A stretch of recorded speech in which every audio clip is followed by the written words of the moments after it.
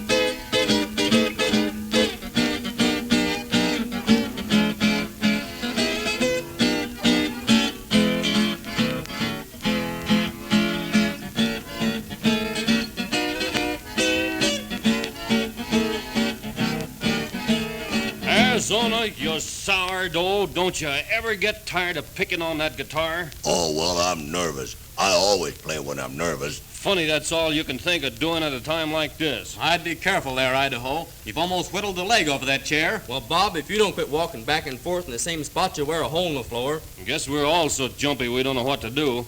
Not a word from Alabama yet, I suppose. Who's there? Just me. Oh, Tenderfoot. Come on in. You been talking to Mr. Carter again, have you, Tenderfoot? Yes, he still seems to take Bradford's word that Alabam was in that Danville saloon drunk. Well, that makes it look mighty bad for Alabam. If I could only tell Mr. Carter why Alabam went to town, he might understand that he wouldn't think of drinking. Then you didn't tell Carter about the letter Alabam got in Danville. No, maybe I should. I can't help thinking that letter has a lot to do with Alabam's being gone, though. How do you figure that, Tenderfoot? Well, if Bradford happened to find out about Alabam's having that letter, he might not stop at anything to get it away from him. You're sure right there, Tenderfoot. If what that letter said is true, it could make things plenty hot for Bradford around here. Oh, I had no business leaving Alabama in Danville, even when he told me to. Him following Bradford into that saloon. I wonder if Bradford knows more than he's telling, Mr. Carter. I'd bet my right arm he does. I wish I knew. Did any of you boys ever see Alabam take a drink in your life? I never did. You know the answer to that as well as we do, Idaho. Tenderfoot, is Bradford still up at the house? Yes, Bradford's still there. Say, Arizona, strike a chord there. I think I know a song Bradford might like to hear. Might give him ideas about watching his step. Down on the levee so low, hear the train lightning, hear the train blow, hear the train blow up, hear the train blow. Late in the evening, hear the train blow. Roses love sunshine, violets and you. Angels in heaven know I love you. Write me a letter, send it by mail, send it in care of Birmingham jail. Well, I hope Bradford heard that. Well, it don't seem right for us to be sitting here singing when we ought to be out looking for Alabam. Well, Carter's told us to stay here, and he's boss, you know. If we just tell Mr. Carter about that letter Alabam got in Danville. Seems like that's a little late now, Tenderfoot. Maybe so. Bradford's been talking too much. Seems like that varmint can talk a feller into anything. Well, what's got me worried the most is Red, Alabam's horse. Coming in this morning with all them whip marks on him. Someone's had a hand in that. Well, of course, if Alabam was drunk, like Bradford said. But Alabam wasn't drunk. Well- Get that out of your head, Tenderfoot. Well, if something don't happen mighty soon, we'd all better start out looking for Alabam in spite of Carter or anyone else. Yeah, but somebody's got to stay here with Rose and Mr. Carter, with all the dirty work that's going on around here. Bradford's up the house. He'll take care of him. Next hombre that mentions Bradford's name gets this boot wrapped around his neck. Don't stop singing, Tex. I ain't talking to you. Tonight I'm so blue and so lonely. My poor heart is aching with pain. I'd give this whole world if I only could bring back my old pal again. You left me to fight life's hard alone. We fought them since childhood days. The way seems so dreary since you are gone. Why did they take you away and leave no one to comfort me?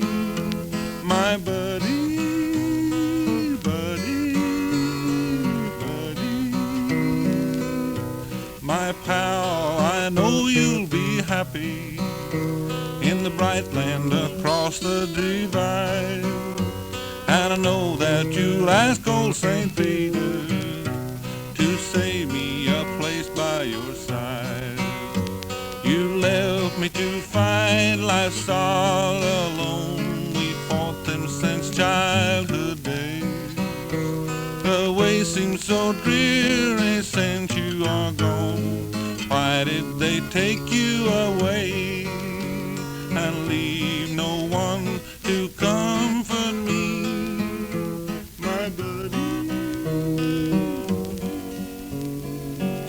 Well, I'm through waiting. How about the rest of you? Drop that guitar, Tex. We've got work to do. Come on, Slim. You coming, Tenderfoot? You mean we're going out to find Alabam? That's right. Oh, of course I'm with you, but shouldn't we tell Rose and Mr. Carter? They'll find out soon enough. Come on. Yeah, get to your horses. We're riding for Danville. Whoa, boys. Come on, man. Idaho, Bob, wait a minute. Pull up, boys.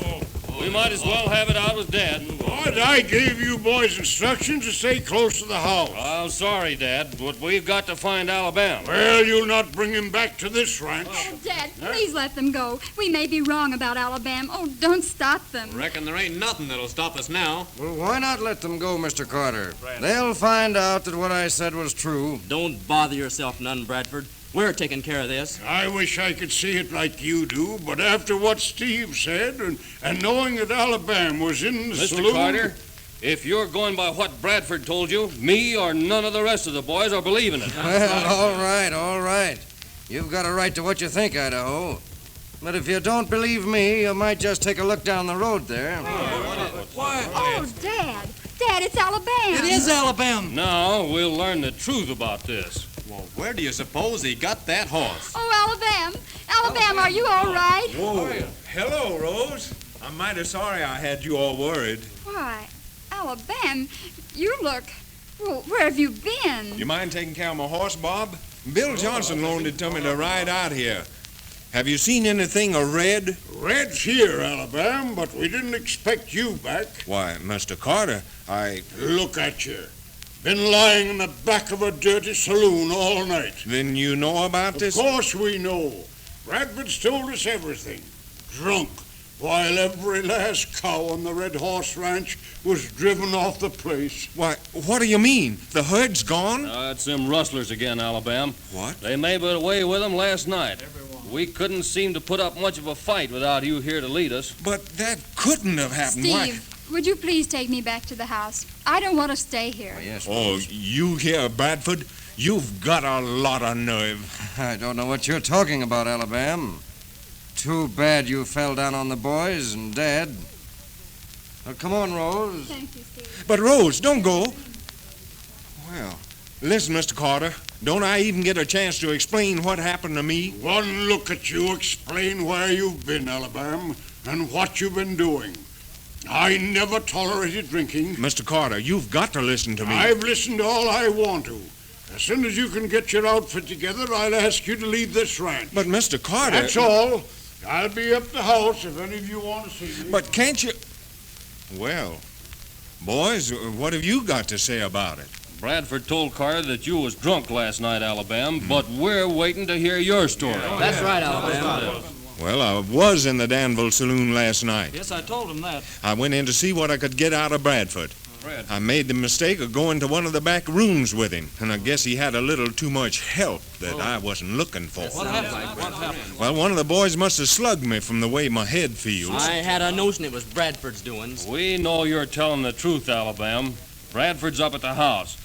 I reckon we'd better go up and work on him first. Yeah, let's get Wait a minute, boys. That ain't proof to Carter that Bradford was lying.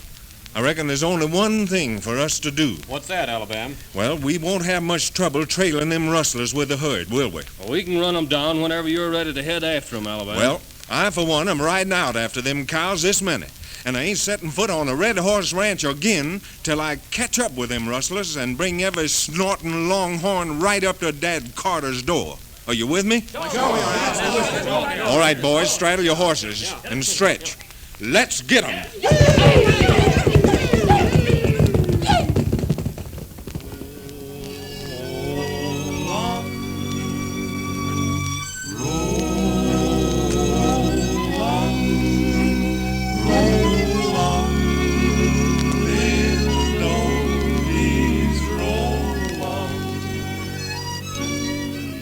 Good luck, boys. We know that you'll bring 'em back, and we know better days are coming for all the folks on Red Horse Ranch. Be in tune when the Red Horse Ranch is again on the air.